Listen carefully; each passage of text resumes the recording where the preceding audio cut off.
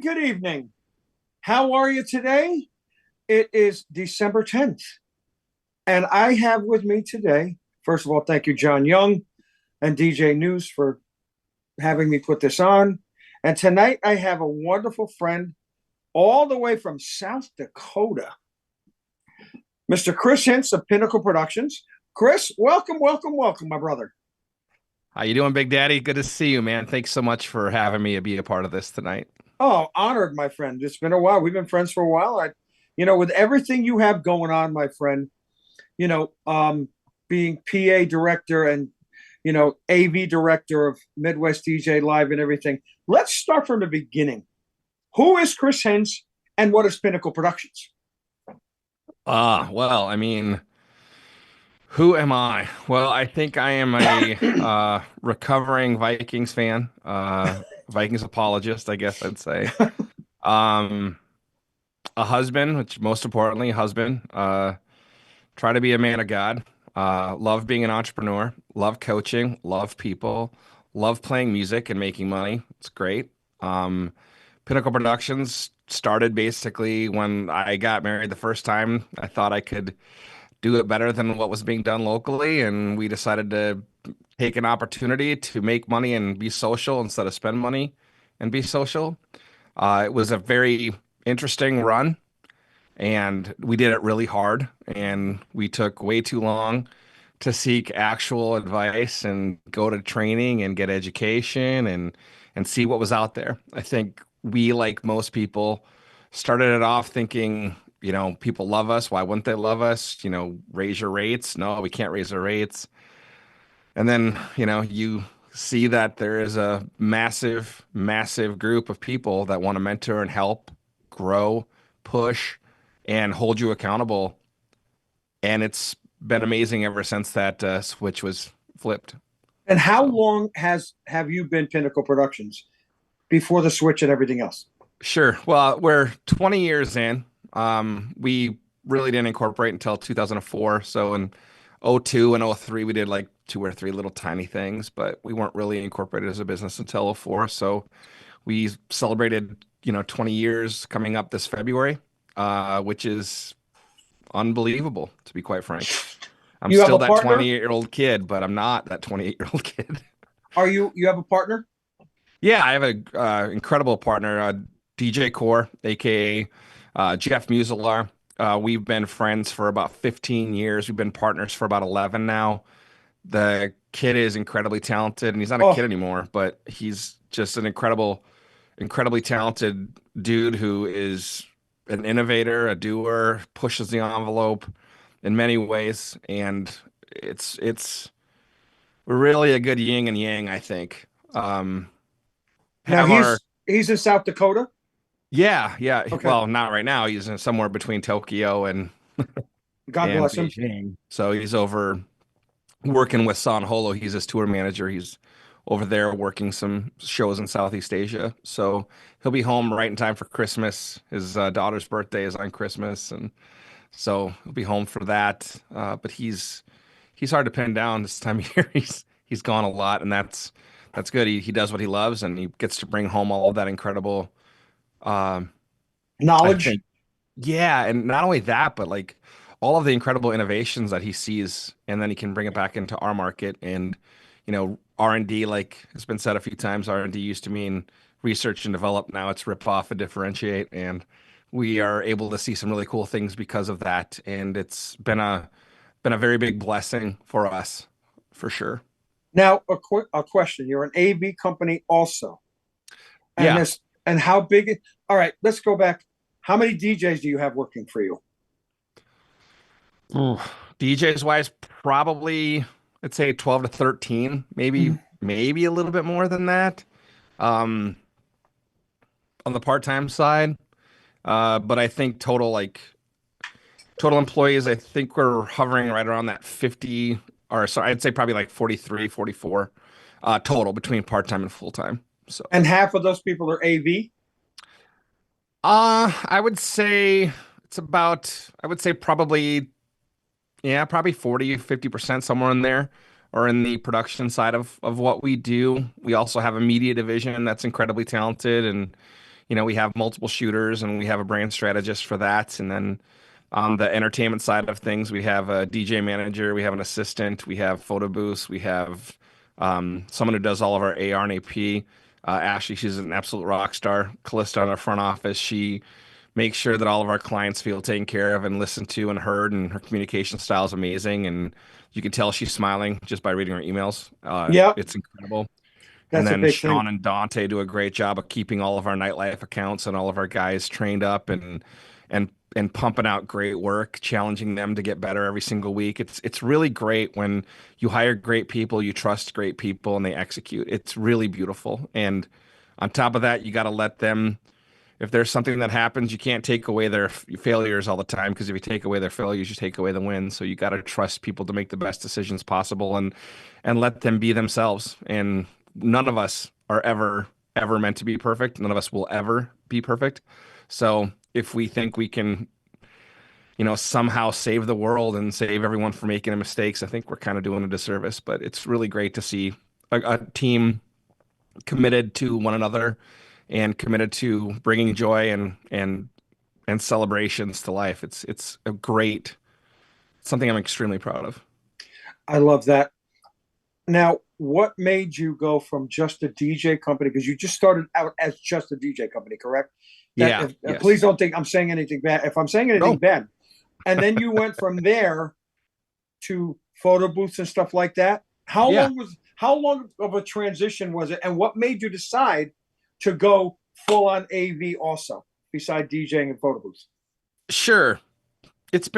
I've shared this a few times, but when we were growing our company, I was going through a pretty difficult time, I would say. About 5 years in, my wife and I at the time got divorced, and, trying to make money midweek was difficult. There wasn't a lot of things in South Dakota at the time, and we were doing the best we could to grow our brand, and karaoke and DJing and a few of those other pieces were doing okay, but it wasn't really enough to pay the bills Sustainable, all of the time. So sustainable. yeah, I think most of our businesses are cyclical in some way. Quarter one for us, we usually lose money. In quarter two and three, we make a lot. And then quarter four, we break even. So we know that it's cyclical. But during one of I think it was probably 2006 or 2007, I ended up being asked by one of the guys that we rented gear from when we had big events that we didn't want to house or store and pay for and blah, blah, blah. So we'd rent some things when we had our bigger events. And he asked me, he's like, hey, have you ever considered doing some part-time stuff like on the production side of things and AV? And I said, well, what do you mean? He said, well, we always need help with setup and strike, and there's events that need a good DJ, and it'd be really nice to have another helper. And so that guy, Tom is his name, one of the most intelligent people that I've ever met on the AV side of things. He's incredibly intelligent. And I worked for him for a while, and one of his clients approached me and asked me to basically bypass him.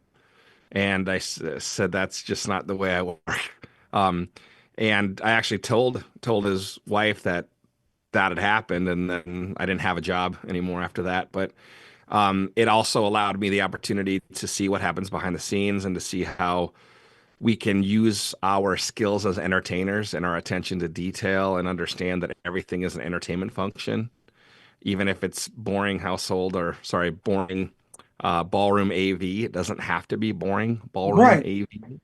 And if you're sharp and you pay attention and you see these little cues, you can bring in music that highlights things and makes things better. And that client that asked me to do it for him eventually got rid of him and put it out to bid. And They signed a 2-year contract with us that allowed us to go to the bank and have a note that was, amortized based upon that, transaction, those Sure. relationships, and then it was off, man. It was 2014, I think, or 15, and it was just fun and stressful. Man, AV is stressful. You think Oh yeah. DJing is stressful, bro. There's AV Video is one of walls, those things everything that, else. Oh, yeah, and you can't fake it till you make it. If you fake it till you no. make it, you'll never get an opportunity again to do it. So it's when I hear other people talk about like the fake it till you make it thing, and I have a lot of friends, and I know like Jonathan Salmon said, say yes and figure it out, and we've done the same things.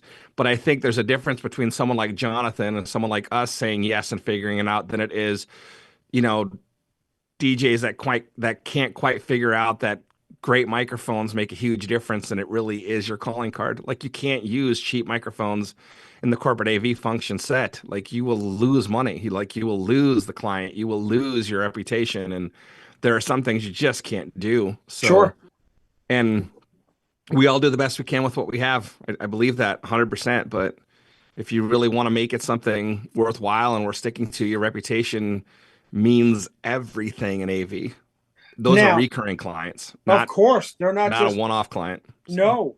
Now, between AV, DJ, photo booth, 50-50 AV, DJ. no. I would say according to our revenue model, I think the last time that we took a really hard look at it, I think AV is probably close to 60%, maybe Okay. a little bit higher than that between AV and production. Our entertainment side of things is about, I would say, 20-ish percent. And then you got your media division, which is about 10 to 15, depending upon the year, because that fluctuates too, Oh yeah. especially with COVID and all of that free money that was out there and all that grant money. So that fluctuates a little bit. But there's also photo booths that are thrown in there, and there's also some rental stuff, and there's also some rock and roll stuff where you're working with bands. We don't do a ton of Love that. that. No, love that Yeah, stuff. but it's very diverse, and I think that diversification of the revenue streams allows us to be in several different ponds, and hopefully some of those frogs jump into bigger, oceans and then bring us with. So The, so we go back right to the beginning for of the AV part. Being an honest man, lost a small job, but got you to where you are today. right, My friends out there, that says volumes. Be an honest person. Be Don't do things behind people's back, because with social media and everything else nowadays and everything else, they'll find out. And what Chris yeah, did is outstanding. man, And karma's a thing, dude. Karma's a thing. yeah, a big one, a Yep. big one. Now, your first ever on your own big audio visual thing. How did it go? Your first one that you did, big one, after you took the loan out of the bank and all that good stuff. Yeah. So after Aflac was our first, big one that signed the contract for the retainer and made sure that Nice. we were able to uh, go out and purchase the gear that we Mhm. needed to expand. It went well. The negatives were we thought we had good enough microphones, and we didn't really have good enough microphones. It worked, but it wasn't what it should have been. Right, Um, right. and then our first, like I would say, one where I thought we were really pushing our limits and our skill set was an event we did with one of our favorite event planners here locally. And it happened to be like one of the largest video walls that we had ever even looked at. It was ended up being 3 massive panels, and it was about, I think, 70 or 80 feet wide Whoa. by about 25 feet high at its tallest. And there was custom animations and custom graphics, and it was a lot. It was a lot. We had a runway that was very big, and we are so blessed to have advocates and friends in the industry that are mentors that gave us some really great advice about what we needed to do and how we needed to do it. And Jeff was able to lean in on some of his production friends that are in the industry and doing stuff like that on a pretty regular basis. So having those relationships, I think that we planted those seeds and cultivated those seeds and really were able to reach out and ask for help. There's something powerful when you're asking for help the right way. Amen. People Amen. want to help. People who don't want to help, they're in it for themselves. And it's easy to see that. And that doesn't usually work itself out very well over the long term. Over the short term, you might be able to fool some people into thinking you have your shit together, stuff together, but that doesn't necessarily mean that you always do. So do it by the right or do it the right way. Take care of each other. Reach out when you have questions. Be a mentor and be a mentee. We need both sides. None of us are Again, meant to do this on its own. That's why we have people like you and people like John, to help facilitate these conversations and really kind of spread the gospel about why our industry is so great and why we're so lucky to be in it. well, a young man like you're what, 40, 46? 51. Oh, hell no. Now Yeah. you look like you're 35, but it's it's Feel like I'm people like 95. trust me, my knees are going, what were you thinking walking all that way? But it's people like this man right here that I have the honor of calling my friend and brother and talking to. You want it, as I tell everybody, two of these, one of these. Yeah. Use this more than this. And right now, and there's another quick story about that wonderful wife of yours. Now, wasn't she in a car accident a while ago, or was that you? No, she was in a really bad car accident when she was in high school. Um, Gravel road really impeded her dad's ability to see. And a semi went across the road and she went through the windshield so it was really, it was one of life's defining moments for her. And And you guys have been together for how long? we have been married for 7 years, Yep. going on 8. We have been together for about 13 years now. So, and we have learned all there is to know about each other and like each other in spite of it. and, and that's a good thing. My friends, this is a love story like no other. And your wife's got a blanket business, right? Yeah. Yep. Now, She has a business called Shake, Rattle, and Sew, SCW. Look her up on Facebook, look her up online. She makes what I honestly believe are the softest blankets in the world. If you can find one that's not soft, it's worth $1 million. So happy hunting. awesome, awesome. So, um, now is she involved at? Now, isn't she also a nurse? No, she actually works at a nursing home. Nursing She home. Okay, manages all of the beauty salons and she works predominantly in the assisted living, but mainly in the memory care units and Alzheimer's units. God bless her. God bless her. Oh man. And the things that I've seen and stories that she's shared with families because those, incredible souls that have been stricken with that horrible disease, dementia and memory loss is just horrible. It's horrible for the families. They can't communicate half the time. That person that they love doesn't know who they are. They don't recognize them. And Holly has this incredible thing where she actually makes them feel beautiful and they remember her name. And it allows her to bridge that gap sometimes and be that conduit between the family and that person. And it is On your end, so touching. right, and on your end, that makes it's a great combination of two wonderful souls, and that sort of for watching and listening, it pumps you to be better. Does that make sense? Better and just kick some ass and just do your thing. You are who you're surrounded with. It's just a blessing. It's just another opportunity for us to take a look and say, my wife, who is amazing and is the love of my life, she is so much cooler than me. And she's not impressed with my stuff. And that's great. We all need that as DJs. We're all a little type A, a little type. And for us, our worst day playing music that somebody else created where we make money off of is better than most people's worst, our worst day, I should say, is better than most people's best day. Best day. Yeah. And that is something I think we all take, for granted a little bit too often. And that woe was me, and oh my God, I had to play this song for this couple, and I hate the chicken dance. It's like, get over yourself. It's not about you. It's about your clients. And if you love it, I'll love it with you. It doesn't mean I love it, but you're never gonna know. So, No. Again, if there's no them, there is no us. correct. And a lot Yeah, of these people out there are not thinking like that. And the way, it's okay.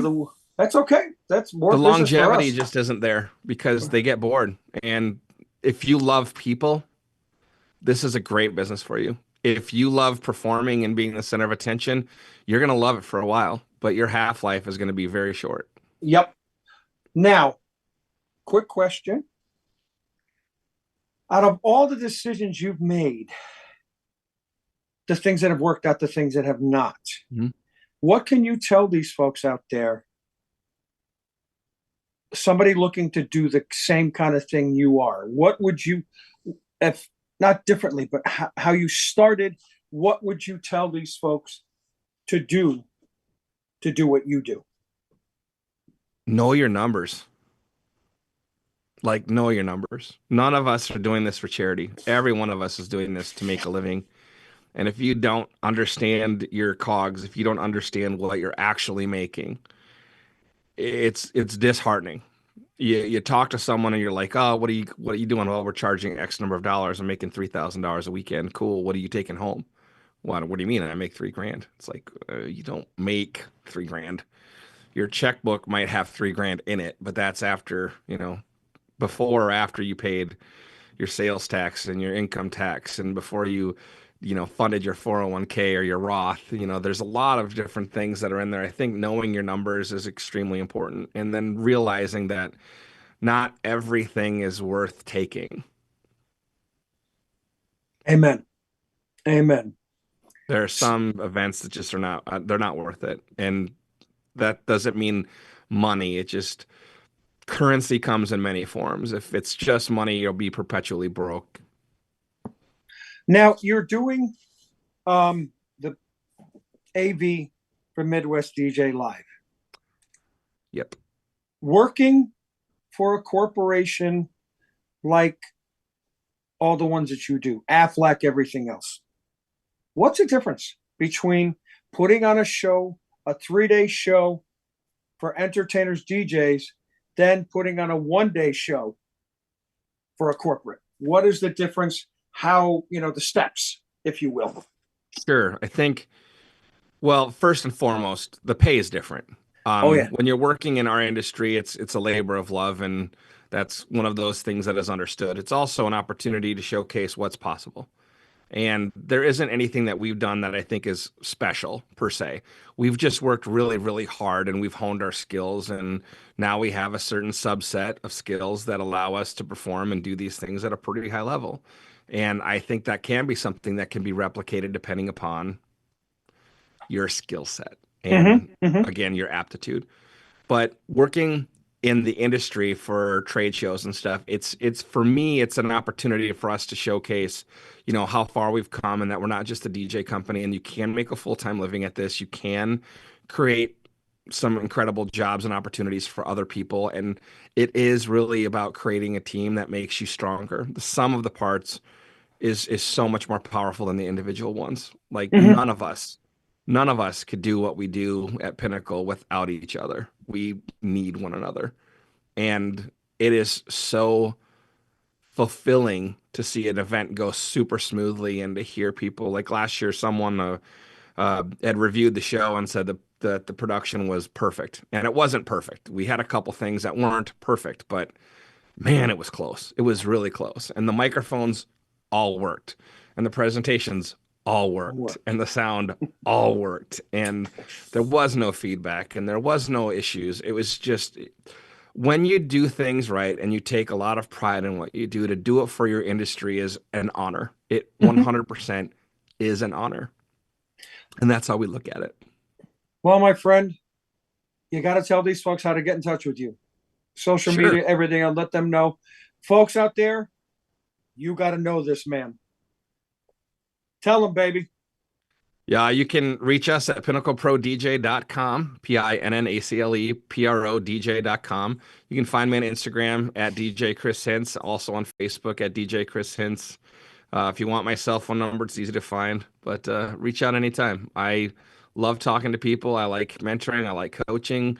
I like helping other people shorten the path because it's a long path when you do it by yourself, and we're not meant to do things by yourself. So reach out. Always Oh, willing to have a conversation, always willing to make a new friend and make sure our industry gets better. my brother, I thank you so, so, so, so much. And just real quick, for me, closing seminar, to being the closing seminar for everything, that's more gratifying to me than anything. And having you as a friend, even more gratifying. Everybody out there, Thanks, we will brother. see you very soon. Chris Hints, thank you so very much. Honor and pleasure. And guess what? Ben Stowe is next. Have a great week, everybody. We'll see you next week. Big Thanks, Daddy Sean. loves you. Thank you, Chris. Bye.